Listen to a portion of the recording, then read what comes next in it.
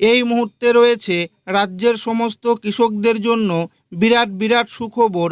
আজকে জুন মাসের 4 তারিখ 3 তারিখ থেকে অন্নপূর্ণা ভাণ্ডার প্রকল্পের টাকা দেওয়া শুরু হয়েছে।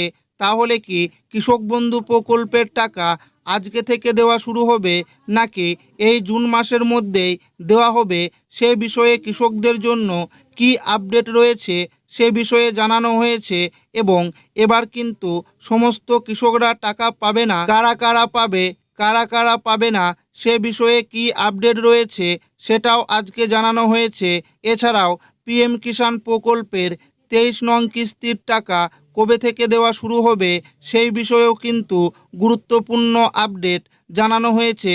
তো আসুন প্রিয় দর্শক বন্ধুরা, ভিডিও শুরু করা যাক। আজকে থেকে শুরু হয়ে গেল কৃষক বন্ধু প্রকল্পের 2026 সালের খারিফ মরশুমের টাকা দেওয়া। আপনার অ্যাকাউন্টে টাকা কবে ঢুকবে দেখুন। পশ্চিমবঙ্গে নতুন সরকার গঠনের পর থেকেই বিভিন্ন সরকারি প্রকল্প নিয়ে সাধারণ মানুষের মধ্যে নতুন করে আলোচনা শুরু হয়েছে। মুখ্যমন্ত্রী শুভেন্দু অধিকারী দায়িত্ব গ্রহণের পর 11ই মে এক সরকারি সভায় জানিয়েছিলেন যে আগের সরকারের কোনো সামাজিক প্রকল্প বন্ধ করা হবে না, তবে প্রয়োজন অনুযায়ী প্রকল্পগুলির নাম পরিবর্তন করা হতে পারে এবং আর্থিক সহায়তার পরিমাণও বৃদ্ধি করা হতে পারে। সেই সঙ্গে বিভিন্ন সরকারি ওয়েবসাইটে পরিবর্তন ও আপডেটের কাজ শুরু হয়েছে। ইতিমধ্যেই একাধিক সরকারি ওয়েবসাইটে পুরনো লোগোর পরিবর্তে নতুন লোগো সংযোজনের কাজ চলছে। কৃষক বন্ধু প্রকল্পের ওয়েবসাইটেও বেশ কিছু পরিবর্তন লক্ষ্য করা গেছে, যার ফলে কৃষকদের মধ্যেও নতুন আশার সঞ্চার হয়েছে। তৃণমূল সরকারের আমলে চালু হওয়া কৃষক বন্ধু প্রকল্পের মাধ্যমে কৃষকরা জমির পরিমাণ অনুযায়ী বছরে 4,000 টাকা থেকে 10,000 টাকা পর্যন্ত আর্থিক সহায়তা পেতেন। পাশাপাশি প্রাকৃতিক দুর্যোগে ফসল ক্ষতিগ্রস্ত হলে বাংলা শস্য বীমা প্রকল্পের সুবিধাও দেওয়া হতো। তবে নতুন সরকার গঠনের পর মুখ্যমন্ত্রী বিভিন্ন সভায় অন্নপূর্ণা ভাণ্ডার ও যুবশক্তি প্রকল্প নিয়ে আলোচনা করলেও কৃষকদের জন্য নতুন কোনো আর্থিক সহায়তা বা কৃষক বন্ধু প্রকল্প নিয়ে এখনও পর্যন্ত বিস্তারিত ঘোষণা করেননি। এর ফলে অনেক কৃষকের মধ্যে অনিশ্চয়তা তৈরি হয়েছে। অন্যদিকে নতুন সরকার ইতিমধ্যেই বিধবা ভাতা, প্রতিবন্ধী ভাতা এবং বার্ধক্য ভাতার আর্থিক সহায়তার পরিমাণ 1,000 টাকা থেকে বাড়িয়ে 2,000 টাকা করার ঘোষণা করেছে। এই জুন থেকেই নতুন হারে অর্থ প্রদানের প্রক্রিয়া শুরু হয়েছে বলে জানা যাচ্ছে। সূত্রের খবর, কৃষক বন্ধু প্রকল্পের অর্থ জুন মাস থেকেই প্রদান করা হতে পারে। সাধারণত খরিফ মরশুমের জন্য এপ্রিল থেকে সেপ্টেম্বরের মধ্যে প্রথম কিস্তির টাকা দেওয়া হয়ে থাকে। এছাড়াও জানা যাচ্ছে কৃষক বন্ধু প্রকল্পের পুরনো উপভোক্তাদের তথ্য ব্যবহার করেই নতুনভাবে অর্থ প্রদান করা হতে পারে। ফলে পুরনো উপভোক্তাদের নতুন করে আবেদন করার প্রয়োজন নাও হতে পারে।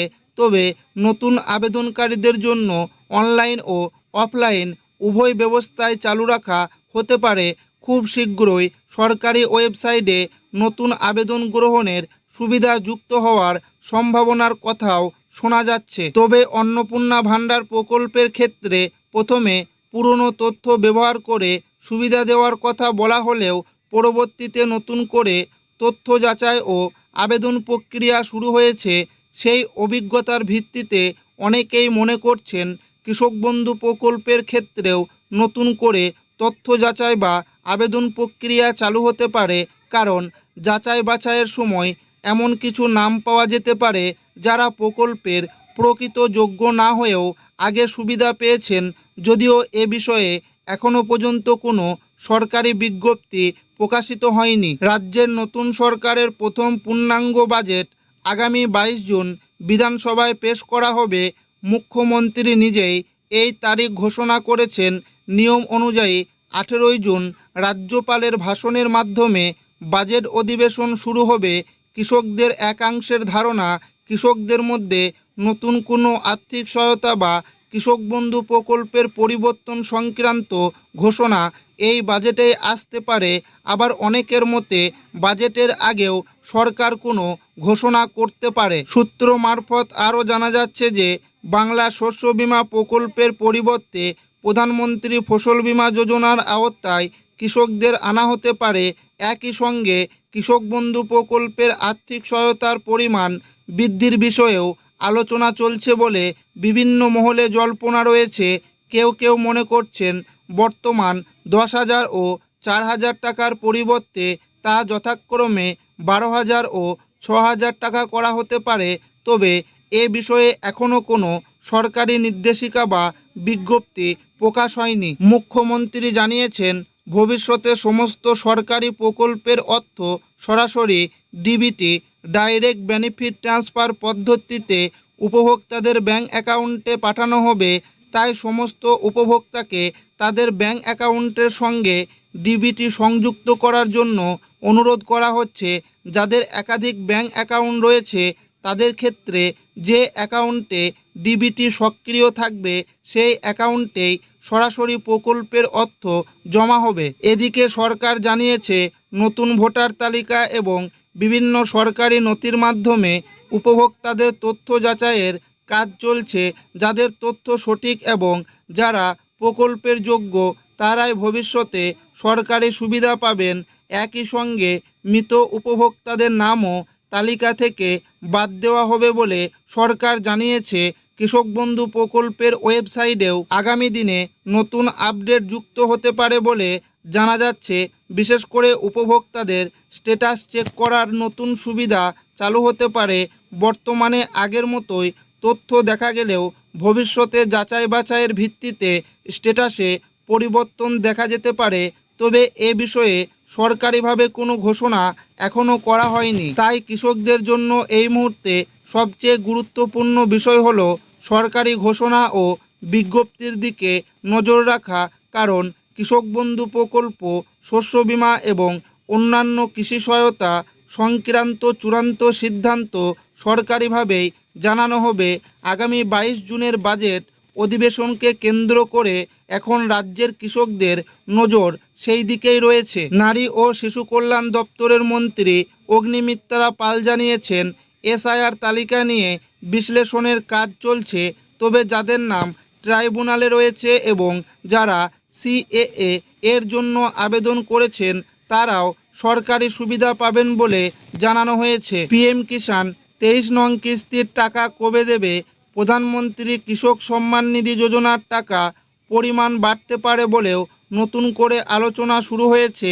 পশ্চিমবঙ্গ বিধানসভা নির্বাচনের দ্বিতীয় দফার আগে মেদিনীপুরের এক জনসভা থেকে প্রধানমন্ত্রী নরেন্দ্র মোদী ঘোষণা করেছিলেন, বাংলায় বিজেপি সরকার গঠিত হলে কৃষকদের জন্য কেন্দ্রীয় সহায়তার পরিমাণ 6,000 টাকা থেকে বাড়িয়ে 9,000 টাকা করা হতে পারে।